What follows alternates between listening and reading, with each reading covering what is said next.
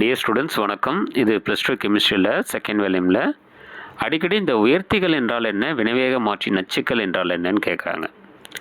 உயர்த்திகள் அப்படின்னா என்னென்னா வினைவேக மாற்றியோட செயல்திறனை அதிகரிப்பவை. உதாரணம் மாலிப்டினம். இது ஹேபர் முறையில்.